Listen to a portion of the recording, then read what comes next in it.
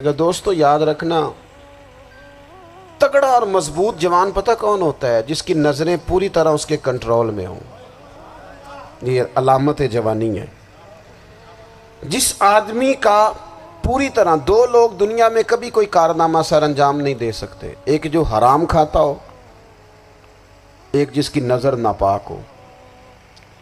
محمد بن قاسم جب یہاں آئے تھے نا، تو ایک دن بڑے پریشان تھے، تو ایک بزرگ کہنے لگے آپ کیوں پریشان ہیں؟ کہنے لگے راجہ دہر سے مقابلہ ہے اور ہماری فوج تو سندھ کے رستے بھی نہیں جانتی، زبان بھی نہیں جانتی، لڑیں گے کیسے؟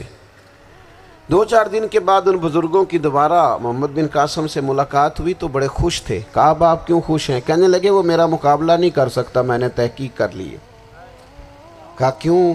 کہنے لگے نظر کا گندہ ہے، اور جو نظر کے گندے ہوتے ہیں وہ میدانوں میں ٹھہرا نہیں کرتے۔ میدان کے لیے نکلنے کے لیے پاک جوانی کی ضرورت ہوتی، تطہیر مزاج ہونا ضروری ہوتا ہے، پاکیزہ افکار اور سچی اور سچی ستھری سوچوں کا ہونا ضروری ہوتا ہے۔ اس لیے فرمایا کہ میرا مقابلہ نہیں کر سکتا۔ حضرت عبداللہ ابن حذافہ کمرے میں تھے، تو وزیر کی بیٹی اندر سجی سنوری پہنچ گئی۔ جیسے ہی آپ نے اس کفر کی چال کو دیکھا تو تیمم کر کے نفل شروع کیے۔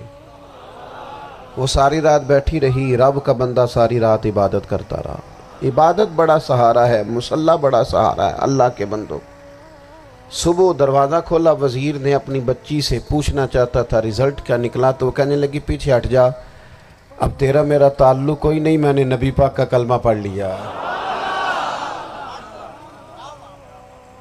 اس نے کہا میں نے بھی زمانہ دیکھا ہے، پر یہ کیا لوگ ہیں، کستوری کے بنے ہوئے، سندل سے دھلے ہوئے، کہ میں ساری رات کمرے میں رہی اور 100 اور 1000 آدمی جس جوان کا مقابلہ نہ کر سکے، اتنا طاقتور جوان کمرے میں رہا اور اسے نظر اٹھا کے نہ دیکھا۔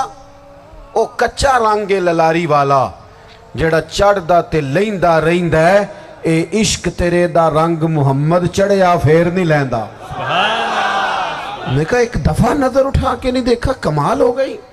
اتنے بڑے لوگ، اتنی بڑی سعادت مندی، فیروز بختی، معاملہ فہمی حد ہو گئی۔ اللہ اکبر۔ دوستو بادشاہ جب پوری طرح ہار گیا نا، اس نے کہا مار دو۔ تیل گرم کیا ایک کڑاہی میں، اور جب آپ کو اس میں ڈالنے لگے تو آپ کی آنکھوں میں آنسو آ گئے۔ بادشاہ کا خیال ہوا شاید نرم ہو گئے ہیں، کہنے لگا روئے کیوں؟ فرمانے لگے سوچتا ہوں جان ہی ایک ہے، کتنا مزہ ہے اس کی راہ میں جان دینے کا، کتنی لذت ہے اس کے نام پر مرنے میں، کتنا لطف ہے۔ جے تو چڑھیا اتے دار بھی نہیں، تے جے تو وکیا عشق بازار بھی نہیں، تے ایڈا سستا سودا پیار بھی نہیں، تے ایڈا سستا لبدا یار بھی نہیں۔ کئی جنگل گانے پیندے نہیں، کئی دوزخ لنگنے پیندے نہیں، جے وہ اس ملوں بھی مل جاوے، ایدوں سستا ہور بپار بھی نہیں۔ تے کچھ سمجھ نہ آوے لوکاں نوں وہ کادے نال شہید کرے، ڈٹھی یار دے ہاتھ تلوار بھی نہیں، پر او دا خالی جاندہ وار بھی نہیں۔ کہنے لگے ایک جان ہے نا، تو دل کرتا ہے ہزاروں ہوتی تو ایک ایک کر کے محبوب کے نام پہ قربان کرتا، جب میرے پاس ہے ہی ایک، کروں کیا؟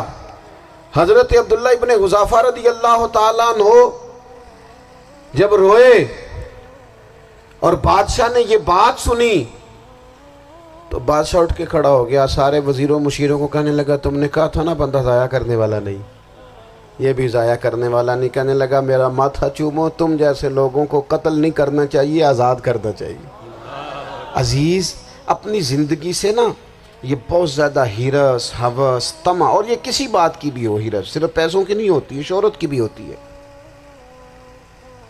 یہ بیماری انسان کو اقتدار کی بھی ہوتی ہے، تعریف کی بھی بیماری ہوتی ہے، یہ سارے نقص ہوتے ہیں لوگوں کو، اور معاذ اللہ بعض جبوں کبوں کے اندر بھی ہوتے ہیں، وہاں بھی پنپتے ہیں۔ اپنی زندگی جب تک اس سادگی میں نہیں لاؤ گے جو رسول پاک نے عطا فرمائی ہے، جب لوگ آسانیوں میں